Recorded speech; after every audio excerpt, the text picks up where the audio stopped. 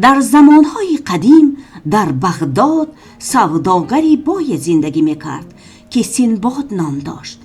دولتش زیاده و زندگیش خوب بود. کشتیهایش در دریاهای بزرگ شنا میکردند. ناخداهای کشتیها هر باری که از سفری بحری برمیگردند به سینباد نقلهای عجایب و غرایب را میکردند و در دل سینباد نیز آرزوی سیاحتی بحر بیدار شد. عاقبت سینباد کشتی بزرگترینش را از مال و متاع پر کرده به سیاحتی دور و دراز بحر برآمد. کشتی سینباد 3 شبانه روز در بحر کشاد شنا نمود و آنها از دور جزیره را دیدند. آنها عجب یک تخم بزرگی را پیدا کردند و آن را شکستند تا ببینند که در داخلش چیست. ناگاه صدای هشتکشی و برزنی پرنده عظیم جثه شنیده شد و اهل کشتی دیدند که پرنده بزرگ در آسمان می پرد و در پنجه هایش 2 مار عظیم پیچیده است. پرنده عظیم جثه رخ چون تخم خود را شکسته دید، بانگ زد که آدمان از ترس بیهوش شدند. سینباد و همراهانش به هوش آمده دیدند که پرنده رفته است. زود سواری کشتی شدند و با سرعت شنا کرده از ساحل دور شدند. ناگاه همه جا را پرده تاریکی فرا گرفت و از آسمان سنگ عظیم با سرعت تیر به کشتی آمده زد و کشتی را شکست. این همان پرنده رخ بود که قصاصش را از اهل کشتی می گرفت.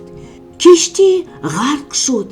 موجهای بزرگ و بدهیبت آدمان را به کام خود کشیدند. سینباد چشم گشاده خود را در روی آب دید. او هراسان دست و پا می زد و شنا می کرد و ناگاه در نزدیکی های خود پاره چوبی شکسته کشتی را دید و زود به آن چسبیده به سوی ساحل شنا کرد. 2 روز موجهای ساحل او را از این سو به آن سو می بردند و در روز 3 او را به ساحل جزیره پرتافتند. جزیره عجب زیبا و دلارا، پر از میوه و گل و گیاه بود و به بهشت مانند بود. سینباد لباسش را خوش کرد، شکم سیری میوه خورد و به سیر جزیره برآمد تا بداند که آیا در این جزیره آدمی هست. خیلی گشت و گذار کرد و ناگاه در ساحل دریاچه در زیر درخت پیرمردی ریش سفیدی کوتاه قامتی را دید.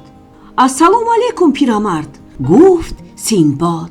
و علیکم السلام. یاری ده از دریاچه به اون طرف گذرم، انسانی نیک. خواهش کرد پیرمرد. سینباد پیرمرد را به گردنش سوار کرد و از دریاچه گذراند.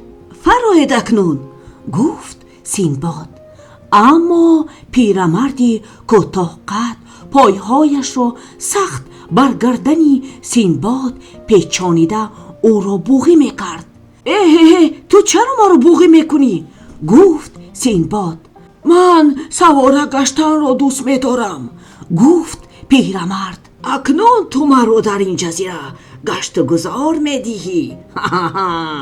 خندیده علاوه نمود پیرمرد. سینبادی بیچاره پیرمرد را در گردنش در جزیره میگرداند. فکر میکرد که از این جن چگونه خلاصی یابد. ناگاه نظری سینباد به کدوهای عجیبی افتید که در پالیز میخوابیدند. سینباد یک کدوی کلان را انتخاب کرد و آن را برید و دید که در داخل کدو پر از شراب است.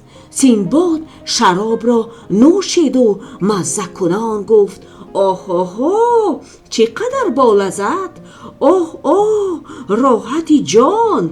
موی سفید پرسید تو در آنجا چی میخوری؟ با من هم کمتر ده. سیندباد به موی سفید شراب را نوشاند. موی سفید مست شد و او را خواب برد. پایهایش هم سست شدند و سیندباد زود او را از شانه هایش گرفته به زمین انداخت.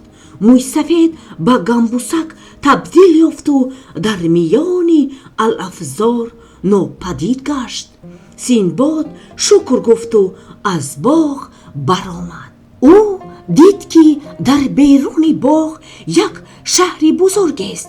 سیندباد در شهر آواره میگشت تا به بازار رسید. در بازار سوداگرانی فارس و عرب و هند و چینی سودا میکردند. او در کنج ایستاده به اطراف نظر میکرد. سیندباد ناگاه مردی سله سفیدی خلعت پوش را دید و به سویش شتافت. سر و لباس این مرد به بغدادیان مانندی میکرد. السلام علیکم محترم، شما از بغداد نیستید؟ پرسید سیندباد. و علیکم بر سلام، بله من منصور بغدادیم، پاسخ داد سوداگر. منصور بغدادی سرگذشتی سیندباد را گوش کرد و او را به خانه‌اش آورد. من به تو کمک می نمایم، ولی تو باید از گفته های من بیرون نبرایی، گفت منصور. آنها بیگاه به ساحل بحر آمدند و دیدند که در ساحل مردان و زنان و کودکان زیاده به هر سو می تازند. عجبا، شبانه به این شهر میمون ها حمله می کنند. وای بر حال آنهایی که به دستشان می افتند، گفت منصور. منصور و سیندباد به قایق نشسته از ساحل دور شدند و دیدند که چون پرده تاریکی همه جا را فرا گرفت.